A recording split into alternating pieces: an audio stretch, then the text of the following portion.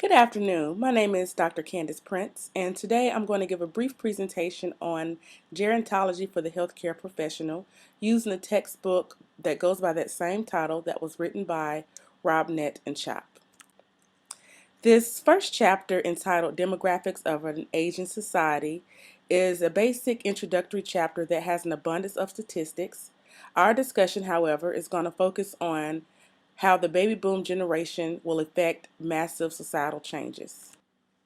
This is just a brief list of some of the topics we're going to discuss, but what I want you to understand as we proceed throughout our discussion is that these things don't just affect the United States, but are affecting societies worldwide. Furthermore, it's important that you appreciate that as future healthcare professionals that you're going to be at the midst of these massive changes and therefore must understand that at some point in your career you will be dealing with the care of older adults as they go throughout our healthcare system. You may be familiar with the phrase the grain of America, and this phrase is basically used to refer to the aging of our society, which is primarily due to the baby boom generation, which is people who were born between 1946 to 1964. The first group of this baby boom generation turned 60 in 2006 and turned 65 in 2011. Um, One thing that I find interesting about defining or classifying what is considered old is that it's pretty complex and difficult to do, primarily because it's a subjective type thing. For example, if I were asked at the age of 5 what I thought was old, I may say that someone who is 35 is old. But as I got older, that age seemed to increase in terms of what I would define as being old. But there are people out there who have developed different schemes to categorize older adults. For example, Bernice Newgarden categorizes older adults as young old if they are relatively healthy and financially independent. This typically includes the group of people who are between 55 and 74 years of age. She terms people as old as people who are greater than 75 years of age, and have at least one form or type of limitation or physical disability. The French, on the other hand, define people who are third agers as people who are less than 84 years old or 84 and younger, and they term old as anybody that's 85 years of age and older. This table shows us the total population and older population by age in the United States, and then these numbers are in thousands. For example, the first column shows us the year and census date from 1900 to 2000. The next column shows us the total population in those particular years. And then we get to the breakdown of what percentage of the total population was 65 and older into three different categories: 65 to 74, 75 to 84, and 85 and over. So let's just take the first row of this table. In 1900, the total population was about 76 million people, of which 3 million approximately, or 4%, were 65 and over. Of that 3 million, approximately 2,200,000 were 65 to 74, 771,000 were 75 to 84, and 122,000 were 85 and over. What I want us to pay particular attention to is how fast these segments of the population is growing.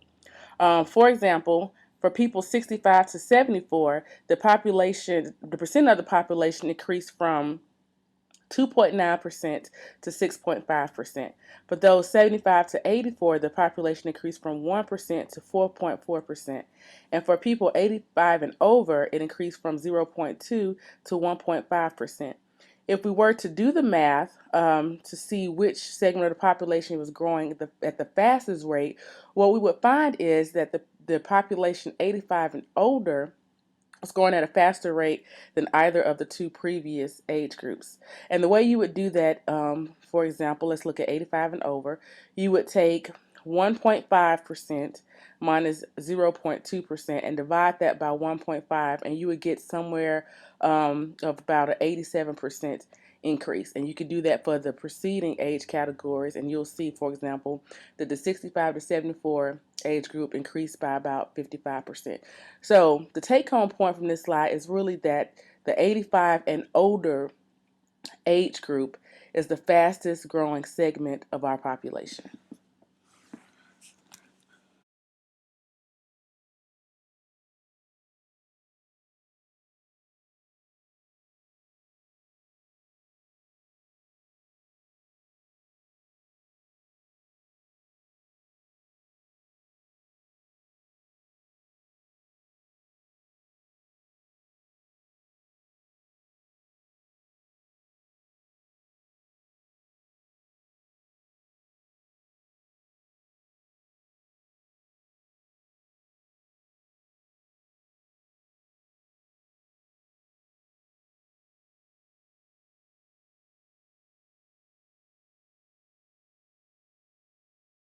Figure 3 shows us the world's 20 oldest countries and the United States. A cursory look at this figure shows us that Italy has the greatest percentage of their population at 65 and older at 19.1%, followed by Japan at 19%, and then you can see where the other countries on this list fall. One of the interesting things, if we were to look at the top 20 oldest countries, the thing that we notice is that with the exception of Japan, the majority of those countries are located in Europe. Women make up the majority of the older population in every country in the world. In the United States and most other countries, women live on average 7 years longer than men. In 2003, the life expectancy of American men was 74 years old and 80 years old for women. And the interesting thing is that the gender differences persist throughout the aging process. This could be attributable to the fact that the major killer diseases such as heart attacks, strokes, and all types of cancer are more common in men. Furthermore, women tend to be more sensitive to changes in their bodies and therefore seek medical interventions a lot earlier than men do.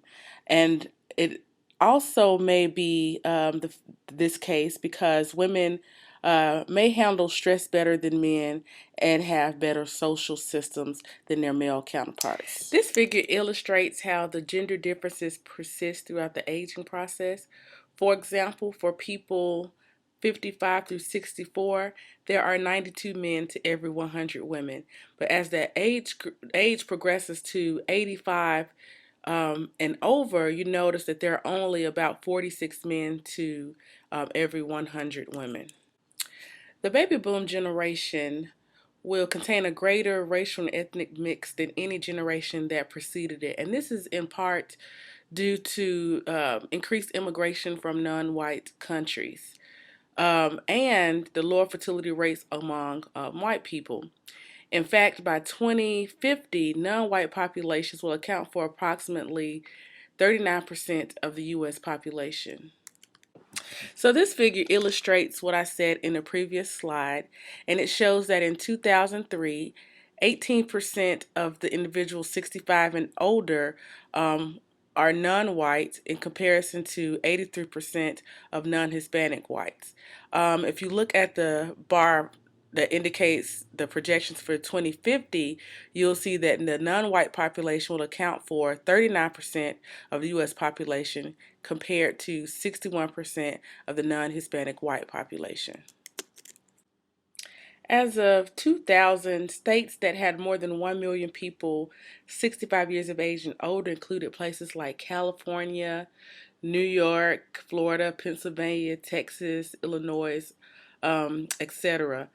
There were some other states that experienced dramatic increases in this population, and that included places like Nevada, Alaska, Arizona, New Mexico, Hawaii, Utah, Colorado, and Wyoming.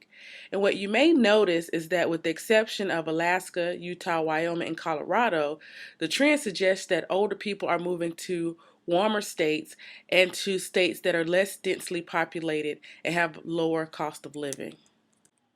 So figure 6 shows us what the states looked like in 2000 in terms of what percentage of their population was 65 and older. It shows us that Florida, West Virginia, and Pennsylvania had the greatest percentage of their population to include people 65 and older at 15 or more percent. Another area of discussion in terms of older adults would be in terms of marital status and economic status. When we look at marital status, approximately 71% of men in this age range were married in comparison to 41%. In terms of divorce, 41% of men were divorced compared to 11% of women. Um, if we were to now look at the economic status of this older adult age range, we'll find that the economic status of older Americans is more varied than any other group. Let's start by talking about or comparing the income between people less than 65 and those older than 65. Well, it's kind of intuitive to note that those less than 65 have a greater income than those older than 65. Those older than 65 primarily get the majority of their income from Social Security. Um, in terms of poverty levels, as of 2005, the poverty level for older adults was about 10%.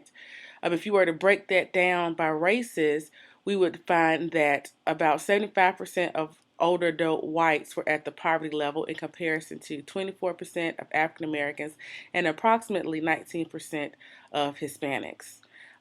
Older women, not surprisingly, had almost twice the poverty rate of men, and because 62% of those older than 85 are women, remember, women tend to have longer life expectancies than men.